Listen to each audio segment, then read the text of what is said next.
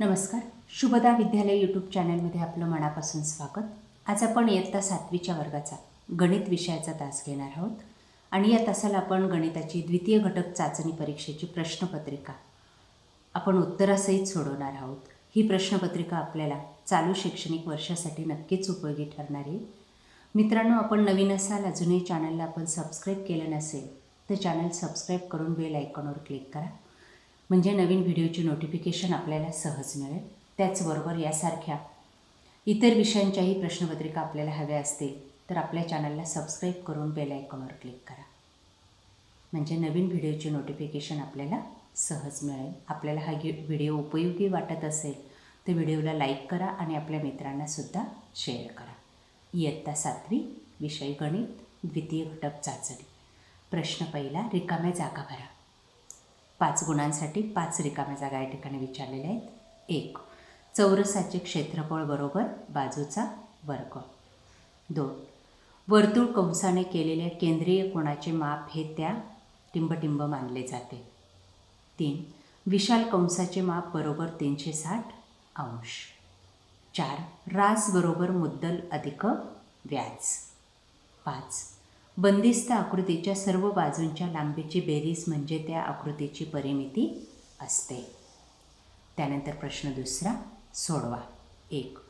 एका वर्तुळाचा परिघ 176 सेमी आहे तर त्यांची त्रिज्या काढा. बघा, या पद्धतीने त्रिज्या काढायची. परिघ बरोबर 176 सेमी. परिघाचं सूत्र आहे 2πr, म्हणून 176 बरोबर 2 गुणिले 22 सप्तमांश गुणिले r, म्हणून r बरोबर 176 गुणिले 7 बरोबर 2 गुणिले 22. त्रिज्या बरोबर 4 गुणिले 7 बरोबर 28 सेमी आणि म्हणून r बरोबर 28. पुढचं उदाहरण, रिहानने 1500 रुपये शाळेतील संचयिकेमध्ये दर साल दर शेकडा 9 दराने 2 वर्षासाठी ठेवल्यास तिला किती रक्कम मिळेल? बघा, मुद्दल 1500 रुपये, दर 9 आणि क बरोबर 2 वर्ष.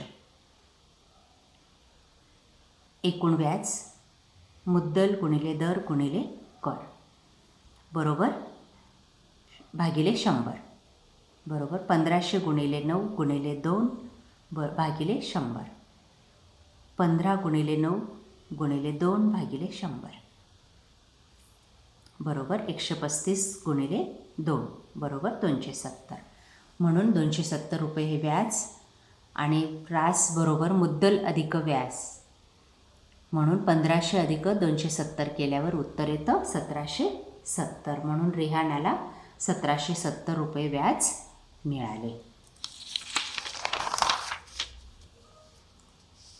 त्यानंतर पुढचं उदाहरण, 7 किलोग्रॅम कांदे 140 रुपयांना तर 12 किलोग्रॅम कांदे किती रुपयांना मिळतील? 12 किलो कांद्यांची किंमत x मानू. 7/140 बरोबर 12/x, म्हणून 7x बरोबर 12 गुणिले 140 बरोबर 1680, म्हणून x बरोबर 1680 भागिले 7 गुणिले 240, म्हणून 12 किलो कांदे 240 रुपयांना मिळतील. एक मोठी भिंत बांधायला 15 मजुरांना 8 तास लागतात तर 12 मजुरांना तेच काम करायला किती तास लागतील? तर त्याचं उत्तर आहे 10 तास. पुढचं उदाहरण, एका आयताची लांबी व रुंदी दुप्पट केली तर त्या आयताची परिमिती मूळ आयताच्या परिमितीच्या किती पट होईल? बघा, या पद्धतीने उदाहरण सोडवायचे. परिमिती बरोबर 2 कंसात लांबी अधिक रुंदी बरोबर 2 लांबी बरोबर 2x अधिक y बरोबर 2x अधिक 2y बरोबर 2 गुणिले 2x अधिक y बरोबर 4x अधिक y. मूळ आयताची परिमिती या ठिकाणी आली 2x अधिक y आणि दुसऱ्या आयताची परिमिती आहे 4x अधिक y म्हणून दुसऱ्या आयताची जी काही परिमिती असेल ती दुप्पट असते. अशा पद्धतीने मित्रांनो आज आपण इयत्ता 7वीचा गणित विषयाचा द्वितीय घटक चाचणीची प्रश्नपत्रिका आपण या ठिकाणी सोडवलेली आहे. आपल्याला हा व्हिडिओ नक्कीच उपयोगी ठरणार आहे. यासारखे नवनवीन व्हिडिओ पाहण्यासाठी आपल्या चॅनलला सबस्क्राईब करून बेल आयकॉनवर क्लिक करा. थँक्यू.